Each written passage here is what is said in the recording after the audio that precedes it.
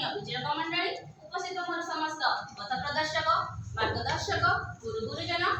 श्रीलंका शुभचिंतक और सफलगामी समस्त प्रतियोगी भाई और भौणी आज आलोच्य प्रसंग मो देश भारत महान संपर्क में मु मोर वक्तव्य रक्षा प्रश्न कहि रखे जे ए होची सही पवित्र देश जेउठाने मानव जातिर प्रथम उत्पत्ति हिमालय देवी क्षेत्र होई पर पुनर्वचन करे एही देशर सांस्कृतिक भावना और नैतिक चेतना जो कालजयी राष्ट्र निर्माण करछि तार नाम भारतवर्ष समग्र संसार रे एक विरल सांस्कृतिक समन्वय और विविधता मध्य एकता ही मो देश भारतर विशेषत्व 28 टी प्रांत 9 प्रांत और प्राय 420 टी भाषा और भाषा सत्ते मो देश गोटिए जेकी भारतवर्ष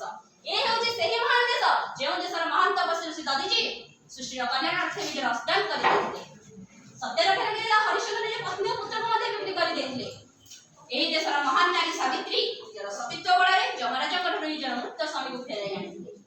ପୁରାତନ ଯୁଗର କଥା ଜାଣିବା ପାଇଁ ମଧ୍ୟଯୁଗୀୟ ମୋ ଦେଶ ଭାରତକୁ ଅନୁଧ୍ୟାନ କରିବା ତେବେ ଦେଖାଯିବ ଯେ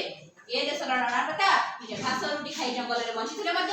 ମୋଗଲମାନ ଭାଗରେ ନିଜର ବସତା ସ୍ୱୀକାର କରିନଥିଲେ ମୋ ଦେଶର 12 ବର୍ଷର ବାଳକ ବାଜିରାଉତ ନିଜ ମାତୃଭୂମିର ସ୍ୱାଧୀନ ରକ୍ଷା ଲାଗି ଇଂରେଜମାନ ଉପରେ ହସି ହସି ଜୀବନ ଦେଇଦେବାର ମଧ୍ୟ ନଜିର ଆଜ୍ଞା ଏମିତି ଗୋଟେ ଅସମ୍ଭବ ଗୌରବ କଥାରେ ମୋ ଦେଶର ଇତିହାସ ପରିପୃଷ୍ଟ ଯାହାକି ଅନ୍ୟ କୌଣସି ଦେଶରେ ଦେଖାଯାଏ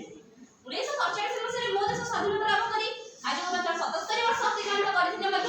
ଏହା ଶିକ୍ଷା ସ୍ୱାସ୍ଥ୍ୟ ଗମନାଗମନଠାରୁ ଆରମ୍ଭ କରି ଖାଦ୍ୟ ସୁରକ୍ଷା ଚିକିତ୍ସା ବିଜ୍ଞାନ ମହାକାଶ ଗବେଷଣା ପ୍ରତ୍ୟେକ କ୍ଷେତ୍ରରେ ଯଥେଷ୍ଟ ପ୍ରଗତି କରି ସାରା ପୃଥିବୀ ନିମନ୍ତେ ଏକ ଅନୁକରଣୀୟ ଯୁବ ଦେଶରେ ପରିଣତ ହୋଇଛି ଆଜି ବ୍ରିଟେନ ନ୍ୟାୟରେ ଭାରତୀୟ ଯୁବା ସାରା ପୃଥିବୀ ନିମନ୍ତେ ଏକ ଆକର୍ଷଣର କେନ୍ଦ୍ରବିନ୍ଦୁ ପାଲଟିଛନ୍ତି ଆଜି ଭାରତର ଜିଡିପି $1 ଟ୍ରିଲିୟନ ଅତିକ୍ରମ କରି ସାରା ପୃଥିବୀର ଏକ ଦ୍ରୁତ ଆର୍ଥିକ ଅଭିବୃଦ୍ଧିଶାଳୀ ରାଷ୍ଟ୍ରର ମାନ୍ୟତା ଲାଭ କଲାଣି 140 କୋଟି जनसंख्या ନେଇ ଗଠିତ ମୋ ଦେଶ ଭାରତ ଆଜି ଶିକ୍ଷା କ୍ଷେତ୍ରରେ ବୈପ୍ଳବିକ ପରିବର୍ତ୍ତନ ଆଣି ପାରିଛି ଆଜି ଭାରତର ଚିକିତ୍ସା ବିଜ୍ଞାନ ପୃଥିବୀର ଅନ୍ୟାନ୍ୟ ଦେଶମାନଙ୍କ ପାଇଁ ଏକ ପ୍ରୟୋଗଶାଳା ପାଲଟିଛି ଆଜି ଭାରତୀୟ ସଫ୍ଟୱେୟାର ଇଞ୍ଜିନିୟରିଂ ପୃଥିବୀ ନିମନ୍ତେ ଆକର୍ଷଣର କେନ୍ଦ୍ରବିନ୍ଦୁ ପାଲଟିଛି ଆଜି ଭାରତୀୟ ISRO DRDO institute of physics ଆଣବିକ ପ୍ରତିଷ୍ଠାନ ସାରା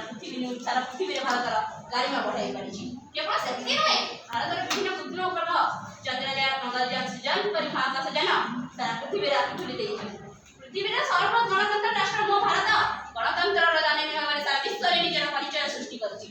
ଦୁର୍ଗା ମାଟି ଭାବେ ଅସରନ୍ତି ସ୍ୱପ୍ନ ନେଇ ମୋ ଦେଶ ଭାରତ ଆଜି ସଫଳତାର ସିଡ଼ି ପରେ ସିଡ଼ି ଚଢ଼ି ଦୁର୍ବାର ଗତିରେ ଆଗକୁ ମାଡ଼ି ଚାଲିଛି ଆଜି ମୁଣ୍ଡିଠାରୁ ଆରମ୍ଭ କରି IMF ପର୍ଯ୍ୟନ୍ତ ବିଭିନ୍ନ ଆନ୍ତର୍ଜାତିକ ସଂସ୍ଥା ଭାରତକୁ ଏକ ଆର୍ଥିକ ମହାଶକ୍ତି ଭାବେ ଗ୍ରହଣ କରି ତାର ଗୁଣଗାନ କରିବାକୁ ବାଧ୍ୟ ହେଉଛନ୍ତି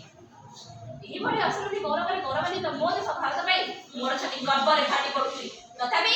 ଏହି ଦେଶକୁ ଆହୁରି ଆଗକୁ ନେଇ ଏହାକୁ ବିଶ୍ୱଗୁରୁରେ ପରିଣତ କରିବାର ସମୟ ଆମ ପାଇଁ ଆସିଛି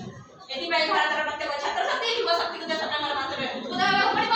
ଏବଂ ଗର୍ବର ସହ କହିବାକୁ ପଡ଼ିବ ଯେ ମୁଁ ଜଣେ ଭାରତୀୟ ଭାରତର ପ୍ରତ୍ୟେକ ଧୂଳିମାଟି ମୋ ପାଇଁ ପବିତ୍ର ତିଳକ ଗିରିରାଜ ହିମାଳୟର ମୁକୁଟ ସଦୃଶ ବିନ୍ଧ୍ୟଗିରି ଏହାର କଟିବେ ଖରା ପୂର୍ବଘାଟ ପଶ୍ଚିମ ଗରୟାର ଦୁଇ ଯାନ ସଦୃଶ ମୋ ଦେଶର ପାଦ ଧରି ଦେଉଛି ପବିତ୍ର ମହୋଦଧି ମୁଁ ବଞ୍ଚିଛି ମୋ ଦେଶ ପାଇଁ ମୁଁ ମରିବି ମୋ ଦେଶ ପାଇଁ କିନ୍ତୁ ସାବଧାନ ଏଥିପାଇଁ ଆମକୁ ଆହୁରି ଅନେକ ବାଟ ଯିବାକୁ ପଡ଼ିବ